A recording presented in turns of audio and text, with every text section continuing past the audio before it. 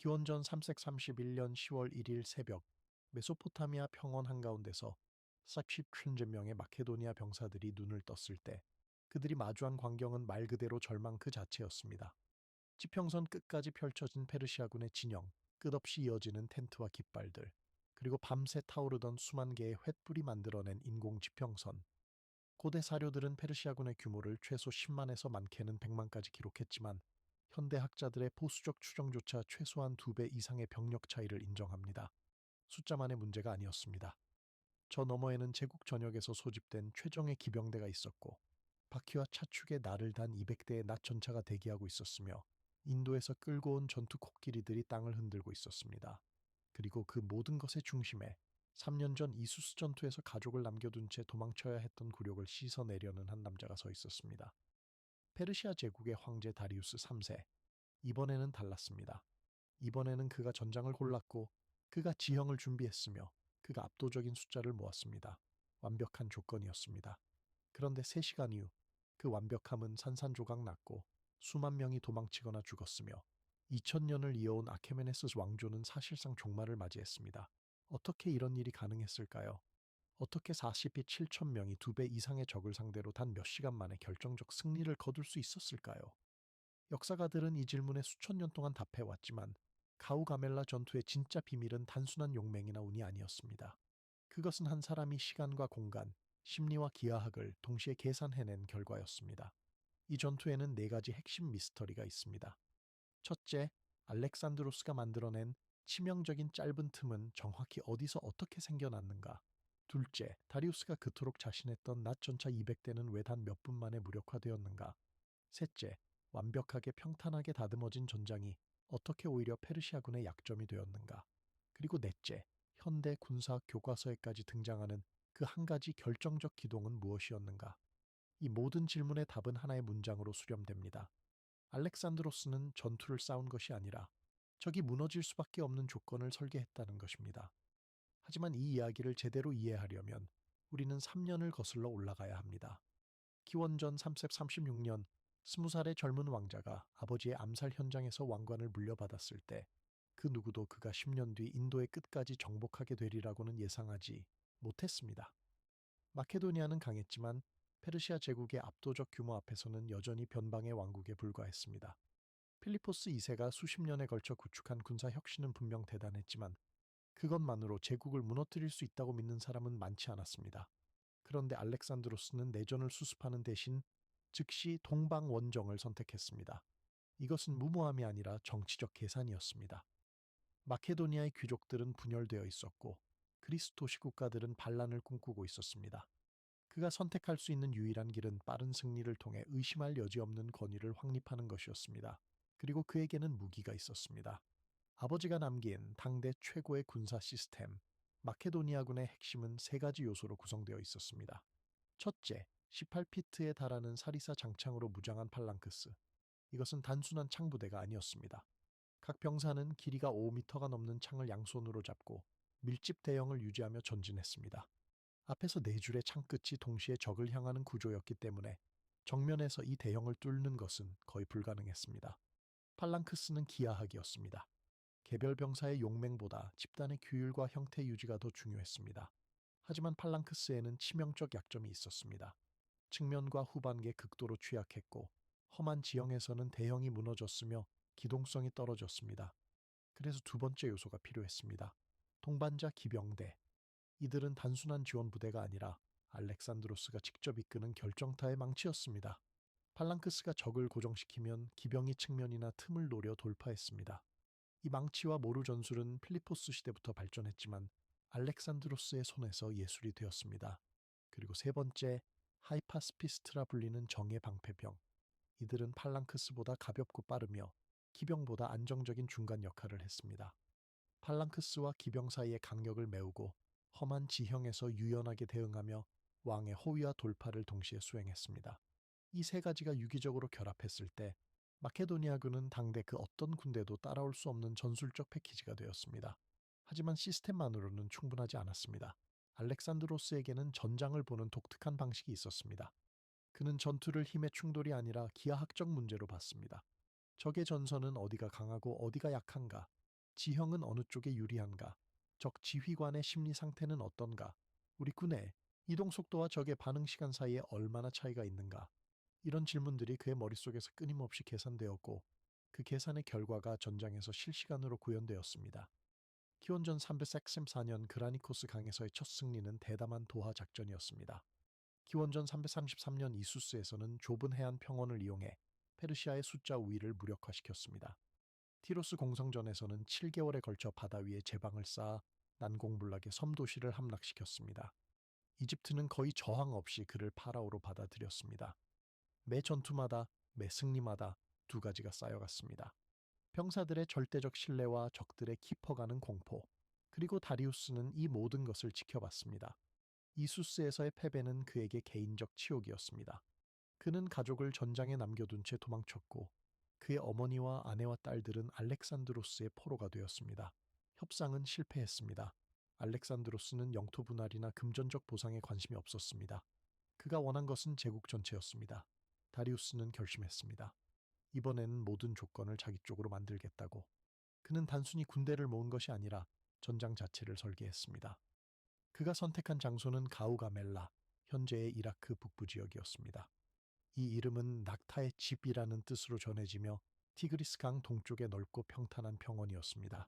다리우스의 의도는 명확했습니다. 이수스에서는 지형이 그를 배신했습니다. 좁은 해안가에서 대군을 제대로 전개할 수 없었고 기병의 우회 기동이 제한되었습니다. 이번에는 달랐습니다. 가우가멜라는 끝없이 펼쳐진 평원이었고 여기서라면 그의 압도적 숫자와 기병대 그리고 나 전차가 최대 효과를 발휘할 수 있었습니다. 다리우스는 여기서 한 걸음 더 나아갔습니다. 그는 공병들을 보내 땅을 평평하게 다듬게 했습니다. 돌과 언덕을 제거하고 낮 전차가 최고 속도로 돌진할 수 있도록 지면을 고르게 만들었습니다. 이것은 전투 전부터 시작된 공간의 전쟁이었습니다. 고대의 이런 수준의 전장 준비는 거의 전례가 없었습니다. 다리우스는 모든 것을 계산했습니다. 넓은 평원에서 기병이 양익을 포위하고 낮 전차가 중앙을 돌파하며 숫자가 적을 압살할 것이라고. 완벽한 계획이었습니다. 그리고 그는 제국 전역에서 군대를 소집했습니다. 박트리아에서 온 중장갑 기병, 스키타이 계열의 기마궁수, 인도에서 끌고 온 전투 코끼리, 그리스 용병 부대, 그리고 왕의 친위대인 불멸의 군단. 이들은 언어도 다르고 문화도 달랐지만 제국의 위엄과 황제의 명령 아래 하나의 군대로 모였습니다. 고대 세계에서 이보다 더 거대하고 다양한 군대를 본 사람은 거의 없었을 것입니다. 하지만 완벽함에는 항상 역설이 숨어 있습니다. 평탄한 지형은 낫 전체에게만 유리한 것이 아니었습니다. 팔랑크스 역시 평평한 땅에서 대형을 유지하기 훨씬 쉬웠습니다. 지나치게 긴 전선은 통합 지휘를 어렵게 만들었습니다. 명령이 한쪽 끝에서 다른 쪽 끝까지 전달되는 데 시간이 걸렸고 각 부대 간의 간격과 연결을 유지하는 것이 점점 더 복잡해졌습니다. 그리고 무엇보다 숫자가 많다는 것은 곧 더 많은 간극이 생길 가능성을 의미했습니다. 하지만 전투 전야 페르시아 진영에는 자신감이 넘쳤습니다. 지평선 끝까지 이어진 횃불들, 병사들의 함성, 준비된 무기와 전차들. 이번에는 졌을 수가 없었습니다. 모든 조건이 그들 편이었습니다. 반대편 마케도니아 진영은 조용했습니다. 병사들은 숫자의 열세를 알고 있었지만 그들에게는 세 가지 믿음이 있었습니다. 지금까지 한 번도 진 적이 없다는 사실, 왕이 항상 답을 알고 있다는 확신, 그리고 자신들이 역사상 가장 강력한 군사 시스템의 일부라는 자부심. 알렉산드로스는 잠을 잤습니다. 이것은 유명한 일화입니다. 전투 전날 밤 참모들이 긴장한 채 작전을 논의하는 동안 왕은 깊이 잠들어 있었고 아침에 겨우 깨워야 했다고 전해집니다. 이것을 후대 역사가들은 대담함의 증거로 해석했지만 현대적 관점에서 보면 이것은 계산된 심리전이었을 가능성이 큽니다. 파르메니온 장군은 야간 기습을 제안했습니다. 어둠을 이용해 페르시아 진영을 급습하자는 것이었습니다. 하지만 알렉산드로스는 거절했습니다. 나는 승리를 훔치지 않는다는 그의 대답은 역사에 남았지만 진짜 이유는 따로 있었습니다. 야간 기습은 위험했습니다. 어둠 속에서 아군끼리 충돌할 수 있었고 대형이 무너질 수 있었으며 가장 중요하게는 그가 원하는 방식의 전투를 치를 수 없었습니다. 그는 틈을 만들어야 했고 그 틈은 백주대낮에 적이 스스로 드러내야 했습니다. 그리고 또 다른 효과가 있었습니다. 페르시아군은 야간 기습을 두려워해 밤새 경계를 섰습니다. 수만 명의 병사들이 긴장한 채 밤을 지새웠고 피로가 쌓였으며 불안이 증폭되었습니다. 반면 마케도니아군은 충분히 쉬었습니다. 전투가 시작되기도 전에 심리전은 이미 시작되고 있었습니다. 알렉산드로스는 새벽에 소수의 기병과 함께 전장을 정찰했다고 전해집니다. 그는 다리우스가 공들여 다듬은 지형을 보며 완벽함 속에 숨겨진 결함을 읽어내고 있었습니다. 평탄함은 양날의 검이었습니다. 기병에게 유리하지만 팔랑크스에게도 유리했습니다. 넓은 공간은 포위에 유리하지만 전선이 길어지면 연결이 약해졌습니다. 그는 싸우는 방식을 생각하지 않았습니다. 그는 틈이 생길 조건을 설계하고 있었습니다. 해가 떠오르기 시작했습니다. 양측 군대가 전열을 갖추기 시작했습니다. 페르시아군의 배치는 압도적이었습니다. 중앙에는 다리우스가 황금 전차에 올라 친위대와 함께 자리 잡았습니다. 그의 좌우로는 제국 최전개 기병대가 도열했습니다. 왼쪽 날개에는 박트리아와 스키타이 기병이, 오른쪽 날개에는 그리스 용병 기병대가 배치되었습니다. 전면에는 낫전차 200대가 대기했고 그 뒤로 중무장 보병들이 줄지어 섰습니다. 후반계는 코끼리들이 땅을 흔들고 있었습니다. 전선의 길이는 수 킬로미터에 달했습니다. 이것은 단순한 군대가 아니라 제국의 위험 그 자체였습니다. 고대 세계의 모든 병사가 이 광경을 보고 무릎을 꿇었을 것입니다. 하지만 알렉산드로스는 무릎을 꿇지 않았습니다. 마케도니아군의 배치는 달랐습니다. 전통적 기준으로 보면 이상했고 심지어 위험해 보였습니다. 알렉산드로스는 오른쪽 날개를 이끌었습니다. 동반자 기병대가 그의 주위에 모였고 하이파스피스트가 기병과 중앙 팔랑크스를 연결했습니다. 중앙에는 6개 대대의 팔랑크스가 사리사 장창을 세우고 서 있었습니다. 왼쪽 날개는 파르메니온 장군이 지휘했고 그리스 동맹군 기병과 중장갑 기병이 배치되었습니다. 하지만 핵심은 형태였습니다. 알렉산드로스는 오른쪽을 전진 배치했고 왼쪽을 뒤로 물렸습니다. 전선이 사선을 이루었습니다. 그리고 각 날개 뒤에 예비대를 숨겨두었습니다. 이것은 당시 기준으로 혁명적이었습니다. 대부분의 고대 전투는 평행한 전선의 충돌이었습니다. 하지만 알렉산드로스는 의도적으로 전선을 비대칭으로 만들었습니다. 그의 전선은 페르시아군보다 훨씬 짧았습니다. 전통적 관점에서 이것은 포위당할 위험을 의미했습니다. 하지만 그에게는 다른 계산이 있었습니다. 짧은 전선은 명령 전달이 빠르고 부대 간 연결이 강하며 기동성이 높았습니다. 그리고 예비대의 존재는 유연성을 의미했습니다. 적이 어디로 오든 그는 대응할 수 있었습니다. 페르시아 측에서 이 배치를 봤을 때 그들은 두 가지 중 하나로 해석했을 것입니다. 두려움이거나 실수거나 알렉산드로스가 숫자 열세를 인정하고 방어적으로 배치한 것처럼 보였습니다. 하지만 진실은 정반대였습니다.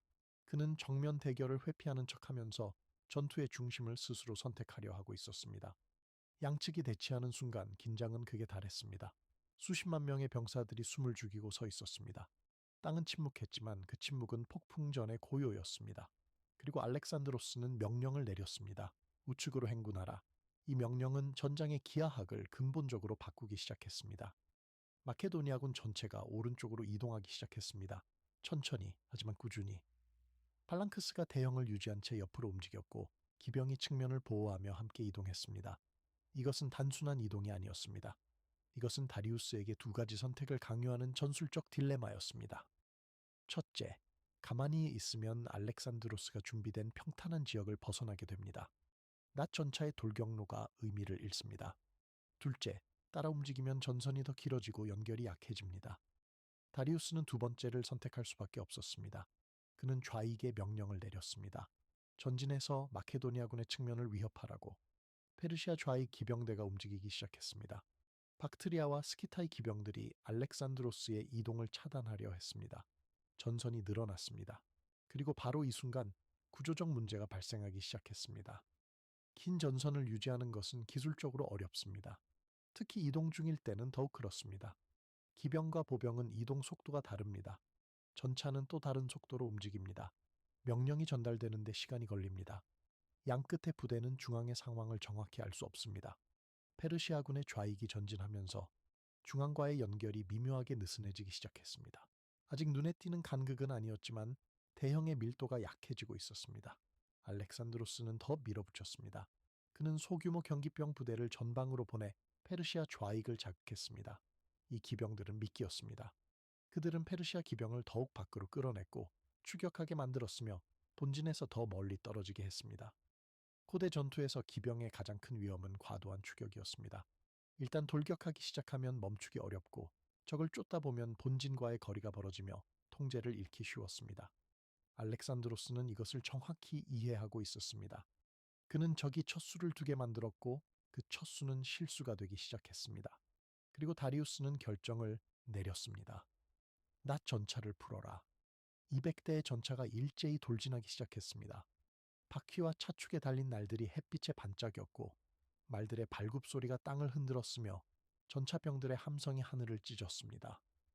고대 전투에서 낫 전차만큼 심리적 위협이 큰 무기는 거의 없었습니다. 그것은 단순한 돌격 무기가 아니라 공포 그 자체였습니다. 질주하는 말과 회전하는 날카로운 날들, 그 앞에 서 있는 것만으로도 공포를 느낄만 했습니다. 대부분의 보병 대형은 전차 돌격 앞에서 무너졌습니다. 병사들이 대형을 이탈하고 패닉이 퍼지며 전선이 붕괴되었습니다. 다리우스는 이것을 기대했습니다. 전차가 마케도니아 팔랑크스를 찢어 놓으면 그 틈으로 기병이 쏟아져 들어가 결정타를 날릴 것이라고 완벽한 시나리오였습니다. 하지만 알렉산드로스는 이 순간을 이미 연습한 순간으로 만들어 놨습니다. 팔랑크스가 움직였습니다. 하지만 무너진 것이 아니라 길을 연 것이었습니다. 훈련된 동작으로 대형의 일부가 간격을 벌렸습니다. 마치 문을 여는 것처럼 팔랑크스 사이에 통로가 생겼습니다. 전차들은 그 통로로 질주했습니다. 그들은 돌파했다고 생각했지만 실제로는 함정 속으로 들어간 것이었습니다. 통로 양쪽에 배치된 경보병들과 투창병들이 일제히 공격했습니다. 투창이 말과 마부를 노렸습니다. 말이 먼저 쓰러지면 전차는 통제를 잃었습니다. 마부가 맞으면 전차는 방향을 잃었습니다. 통로를 빠져나온 전차들은 후방의 예비 부대에게 막혔습니다. 그들은 아무런 타격도 입히지 못한 채 무력화되었습니다. 200대의 전차 중 팔랑크스에 실질적 피해를 입힌 것은 거의 없었습니다. 몇 분 만에 다리우스의 비밀병기는 완전히 실패했습니다.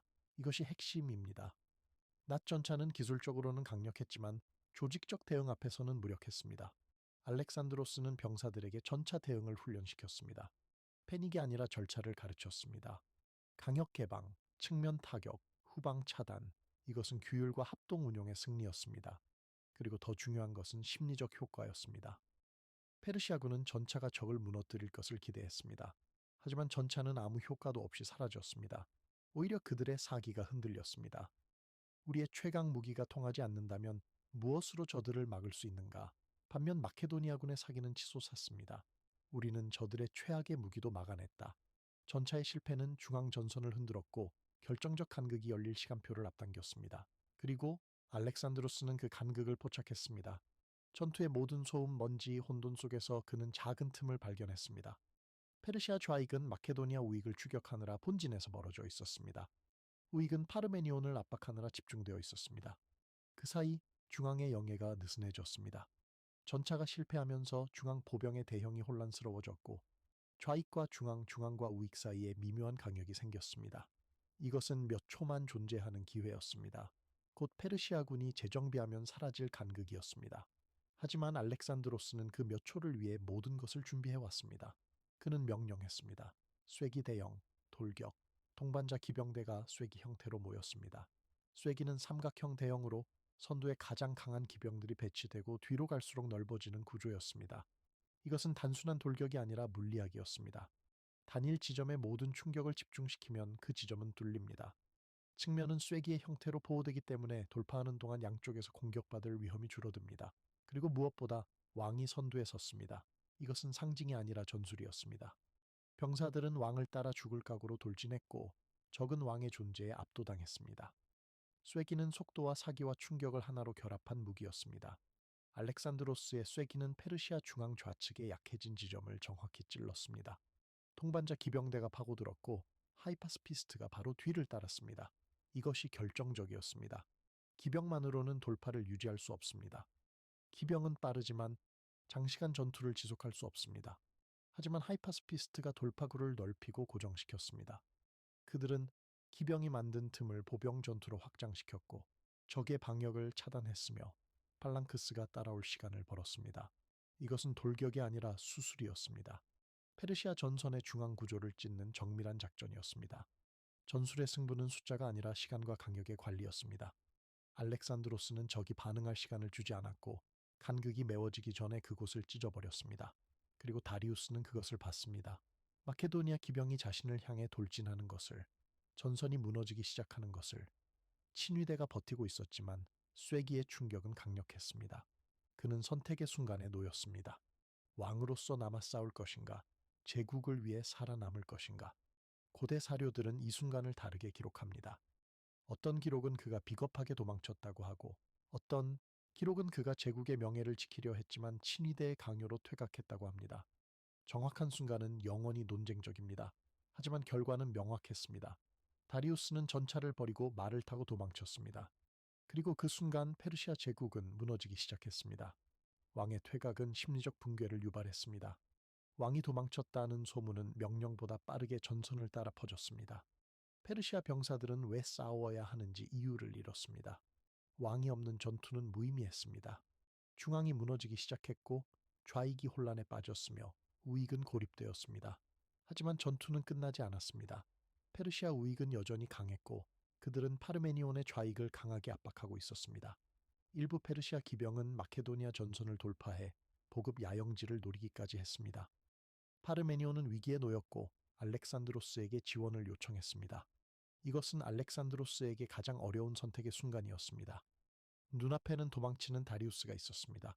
그를 잡으면 전쟁이 끝날 수도 있었습니다. 하지만 좌익이 무너지면 승리가 의미를 잃을 수도 있었습니다. 알렉산드로스는 파르메니온을 구하기로 결정했습니다. 그는 동반자 기병대를 이끌고 다시 돌아섰습니다. 다리우스 추격 대신 전선 유지를 택한 것입니다.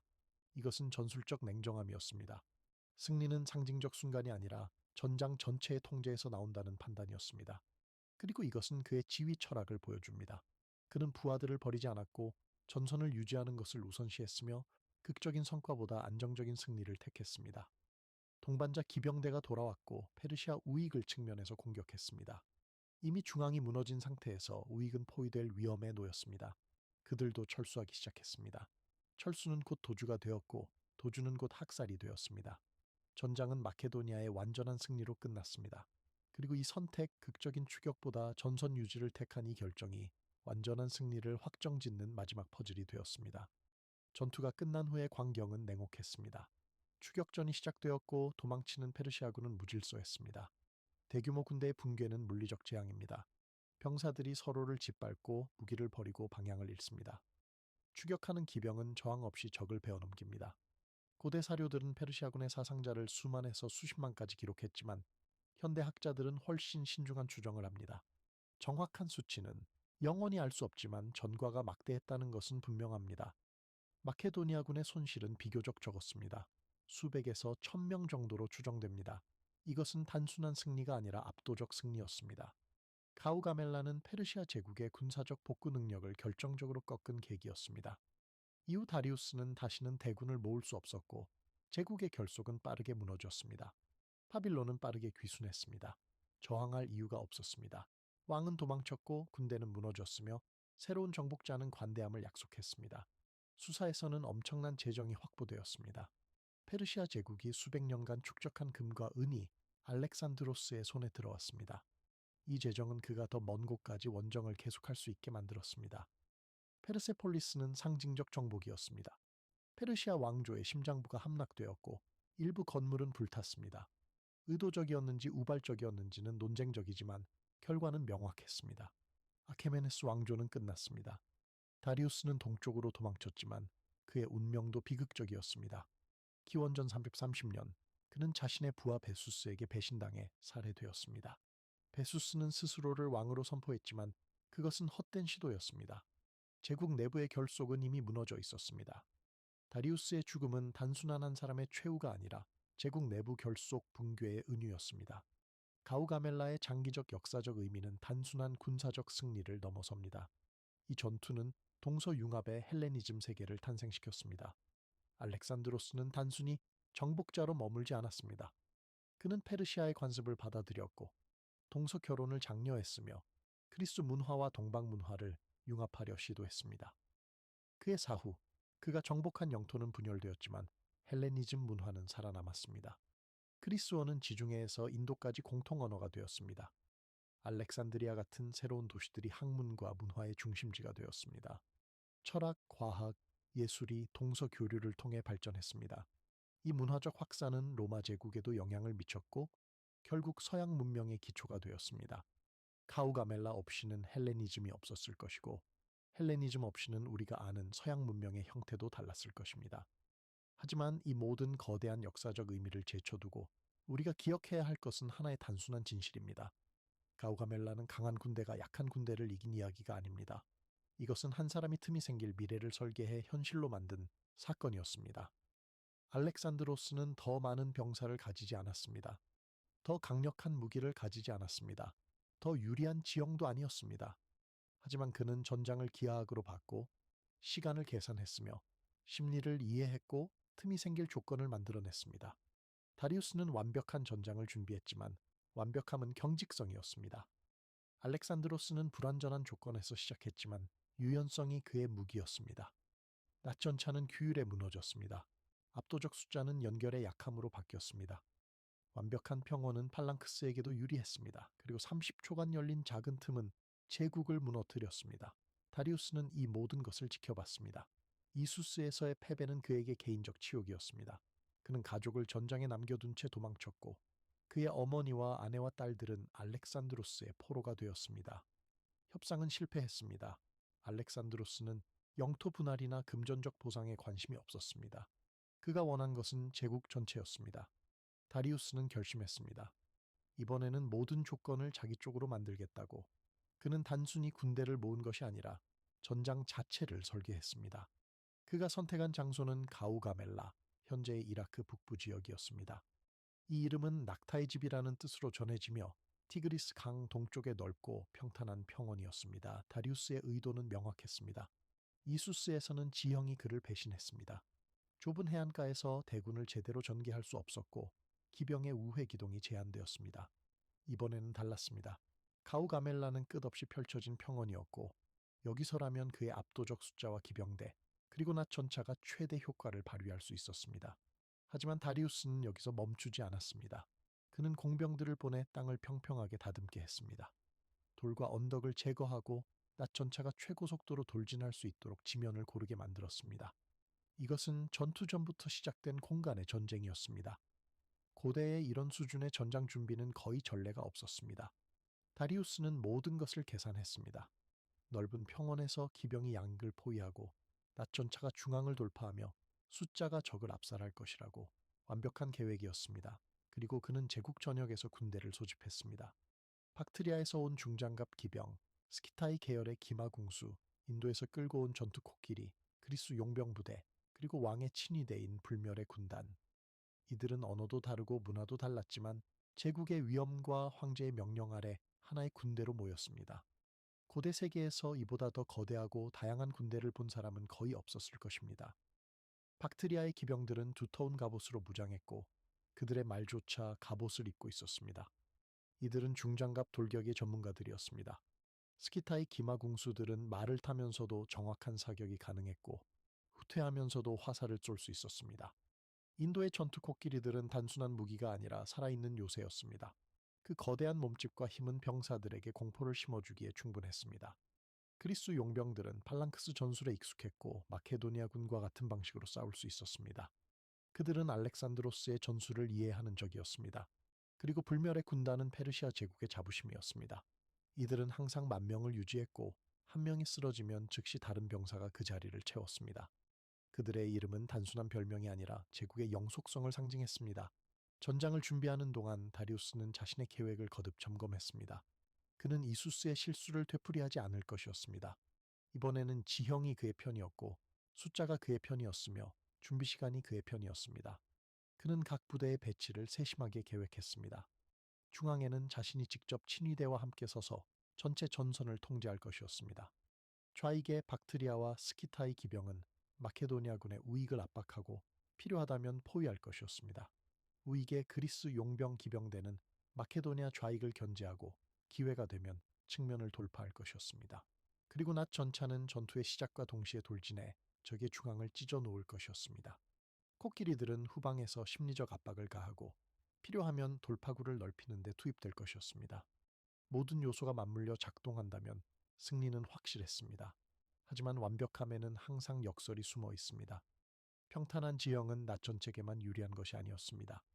팔랑크스 역시 평평한 땅에서 대형을 유지하기 훨씬 쉬웠습니다. 험한 지형에서는 팔랑크스가 무너지기 쉽지만 평원에서는 그 기하학적 완벽함이 최대한 발휘될 수 있었습니다. 지나치게 긴 전선은 통합 지휘를 어렵게 만들었습니다. 명령이 한쪽 끝에서 다른 쪽 끝까지 전달되는 데 시간이 걸렸고, 각 부대 간의 간격과 연결을 유지하는 것이 점점 더 복잡해졌습니다. 전선이 길어질수록 중앙의 지휘관이 양 날개의 상황을 정확히 파악하기 어려워졌습니다. 시각적 신호는 거리가 멀어지면 보이지 않았고, 전령은 말을 타고 달려도 시간이 걸렸습니다. 그리고 무엇보다 숫자가 많다는 것은 곧 더 많은 간극이 생길 가능성을 의미했습니다. 10만 명의 군대를 하나의 유기체처럼 움직이게 하는 것은 기술적으로 거의 불가능에 가까웠습니다.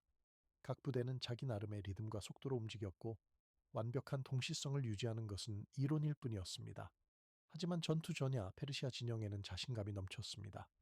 지평선 끝까지 이어진 횃불들, 병사들의 함성, 준비된 무기와 전차들. 이번에는 졌을 수가 없었습니다. 모든 조건이 그들 편이었습니다. 병사들은 승리를 확신했고, 장군들은 전술을 최종 점검했으며, 다리우스는 마침내 복수할 기회를 얻었다고 믿었습니다. 그의 가족은 여전히 알렉산드로스의 손에 있었지만, 이 전투가 끝나면 모든 것이 바뀔 것이었습니다. 그는 가족을 되찾을 것이고, 제국의 명예를 회복할 것이며, 역사는 그를 위대한 황제로 기억할 것이었습니다. 그러나 반대편 마케도니아 진영은 조용했습니다.